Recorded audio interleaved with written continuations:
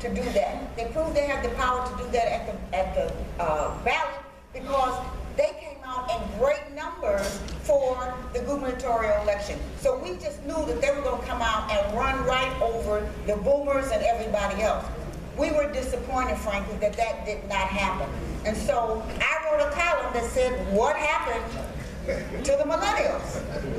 Not as a criticism of millennial voters, but to understand why did the activism that we saw in the protests and the rallies, why did that not translate to votes in the election? And especially when it came to African American aldermen.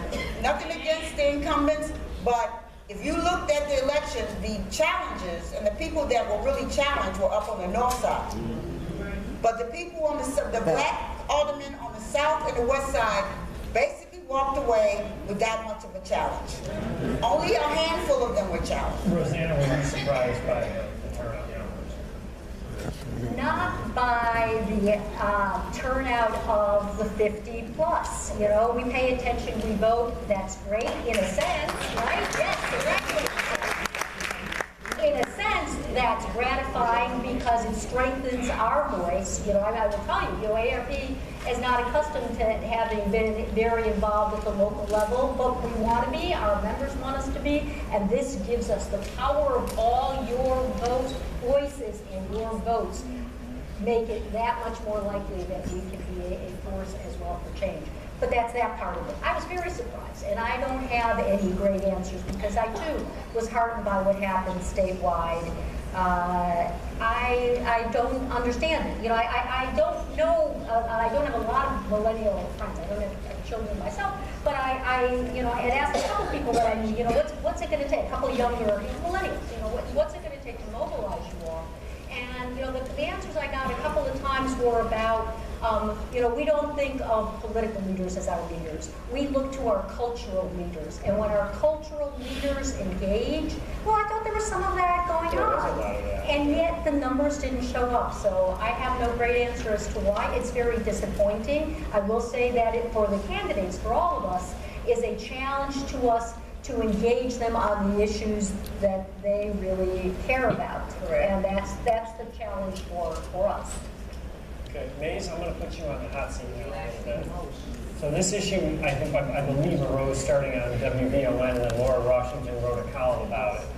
And I want to delve quickly into the idea that this notion that some African American men won't like an African American woman as mayor.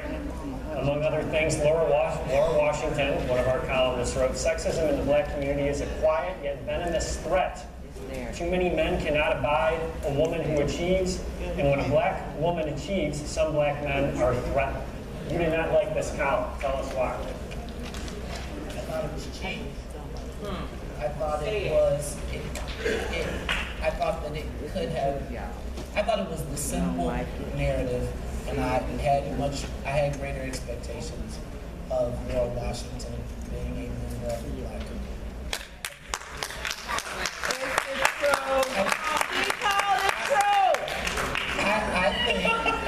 She told the truth. Yes, she did. Not finished. You finished? Finish? Go ahead, finish. So You said I could finish? let me suggest that the issue that night was the fact that neither of those candidates, and I said it before, spent time in the black community trying to persuade or woo the black vote.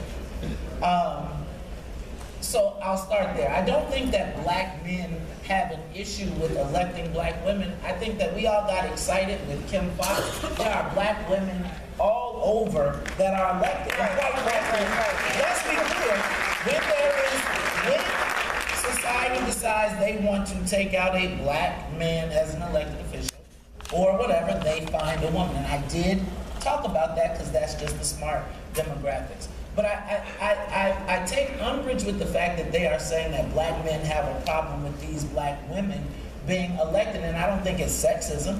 I think we want to have our issues addressed. I will say that there is, in my estimation, and I've seen it since I believe the Doug Scott election down in Alabama, I believe it was Alabama, that there is this desire by the Democratic Party to split black men and women. That's right. Now what we hear all the time. Say that part. What we now hear all the time is, and I thought about that election, I brought it to Tom Perez. I said, people like, black women voted at 98% for Doug Scott. Black men voted at 95%, but that didn't count. And I was saying, right now, feminism is not the first priority for black people. Say that part. Say that part. And after we get with the black people issue, then we go to the subsets. And I think that one of the things that happens oftentimes is the first problem that black folks need to deal with is black. Then you can go to feminism, you can go to Go ahead. LGBT, you can go to all those other things.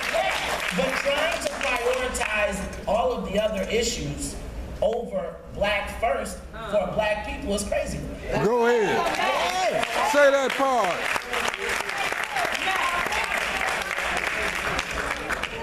At the risk of getting in trouble tomorrow morning, Mary Mitchell, do you want to set it up? I would like this young lady to speak. Go ahead. This is a nice segue. Go ahead, get him. Come on.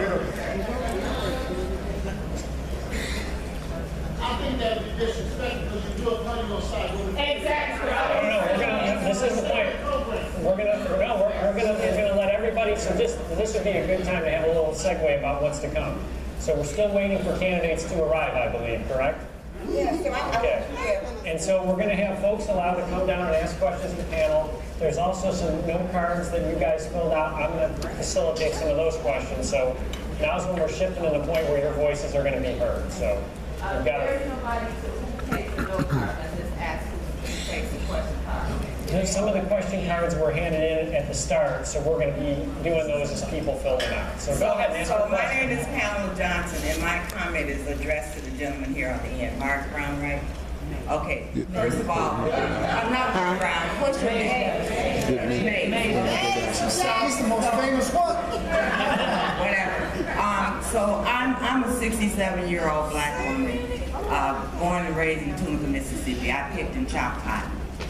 I came up here to go to college. I was the only one of two black people in my graduating class in nursing at University of Wisconsin-Milwaukee. Your point about there not being sexism, I believe, in my opinion, my humble opinion, don't anybody throw anything, that is incorrect. There is blatant sexism in our black community. And it is blatant.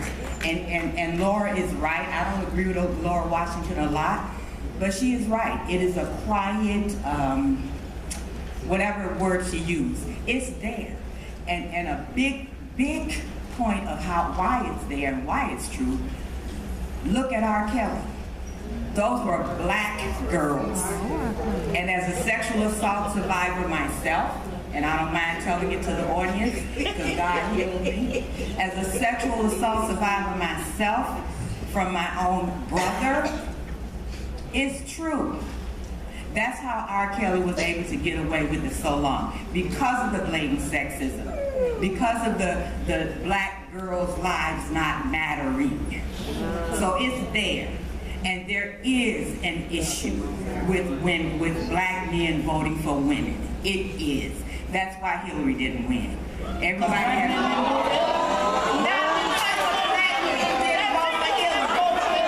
Sit down. Sit down. Sit down.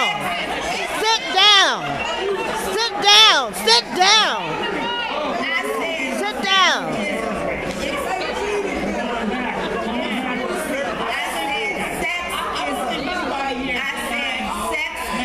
Is the reason that Hillary didn't get elected. Blatant sexism. The Bernie Bros. I didn't say it was because of black men. I said it because of sexism. And we need to learn that. We need to learn intersectionality. Sit down. Group is not more important than the other group. Yes, black people should prioritize black issues, but there are issues that intersect across all demographics. All right. Thank you.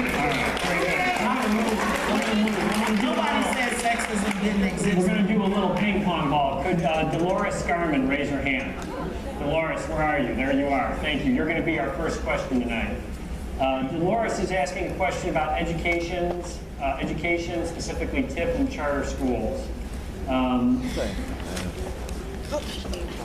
just trying to get my bearings here. So, Dolores' problem that she wants the next mayor of Chicago to address is fully funded schools in underserved neighborhoods and the use of TIF money to fund those schools. Dolores gave a suggestion of a way to solve this problem, and she wants the next mayor to use the TIF money to fund and open back neighborhood schools. What do you all think of the demise of the neighborhood school? I mean, has there been a demise of the neighborhood school?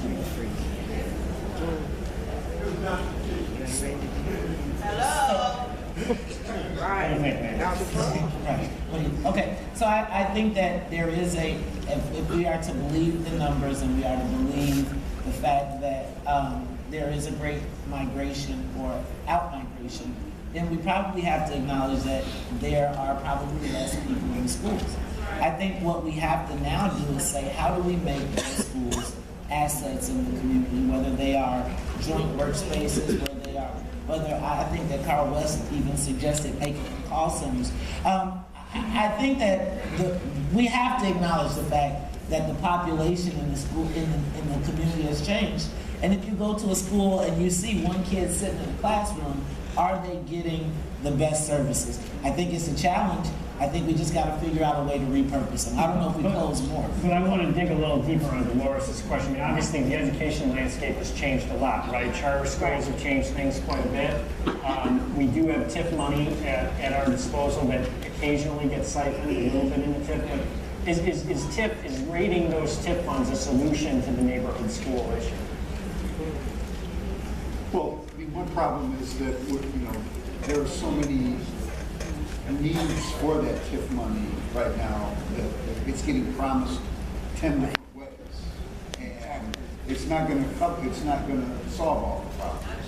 And then you're still going to be left with the problem of, if you want to fund economic development in the neighborhood, you're going to have to find the money from someplace.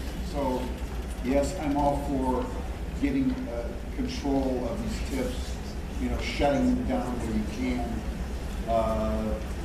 not allowing the downtown TIFs to just feed the constant growth of downtown.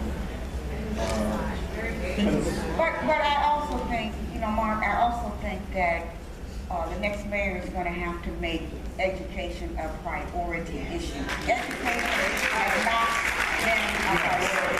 Whether you're talking about closing neighborhood schools or improving the quality of education in schools that are open, it has not been a priority.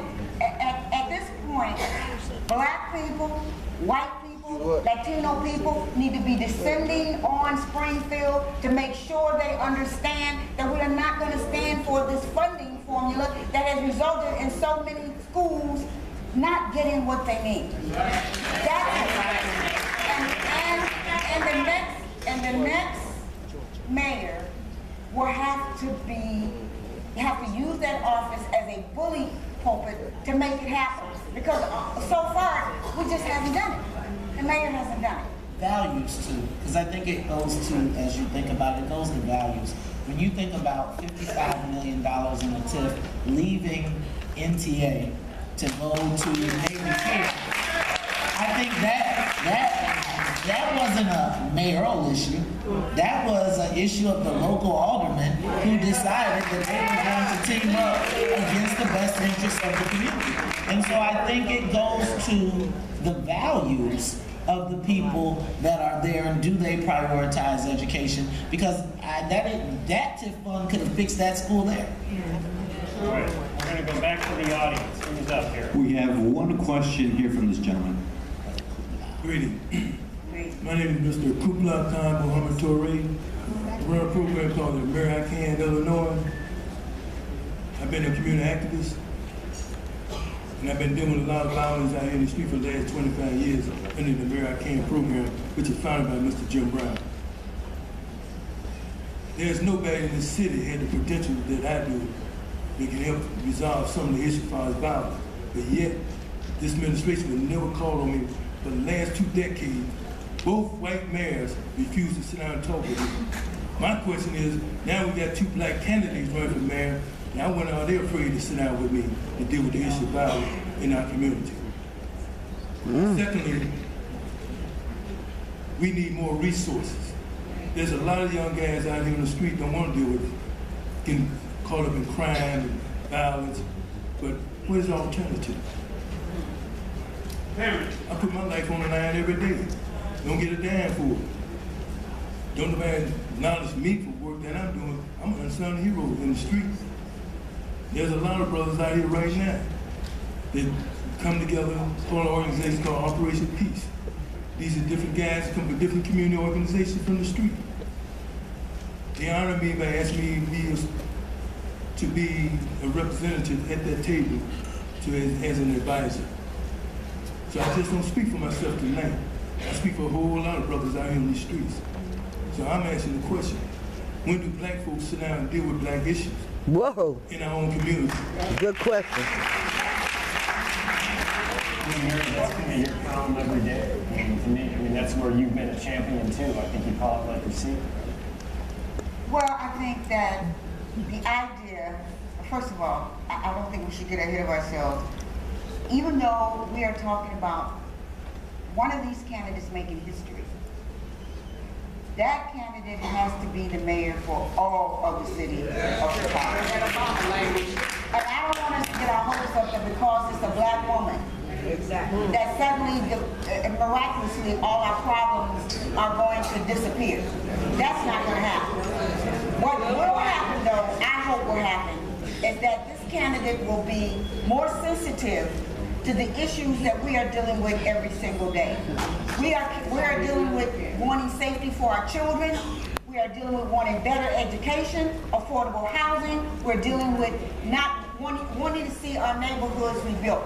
I'm hoping that that's what will happen when either a Lori Lightfoot or a Tony Preckwinkle ends up in City Hall.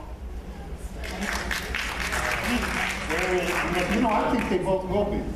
I mean, from my knowledge of both of them, I think they both will be more understanding of these issues. I think that it's easy when you're outside of the office, it's easy to say what you're going to do. But when you get inside and you see what's really in there, then you're gonna find it's a lot harder. It's a lot harder. I don't put much stock in right away us seeing any great changes. But I think that we'll have more access. That's what I'm hoping we'll have more access.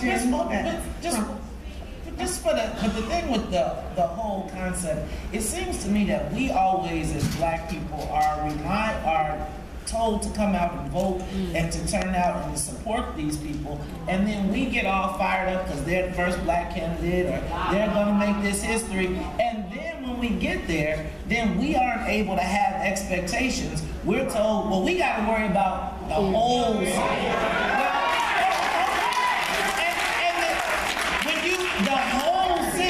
The whole city doesn't have the same problems.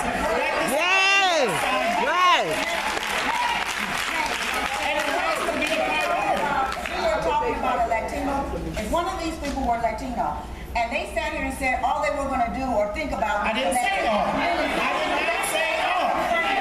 I said prioritize, and I'm going to tell you like this.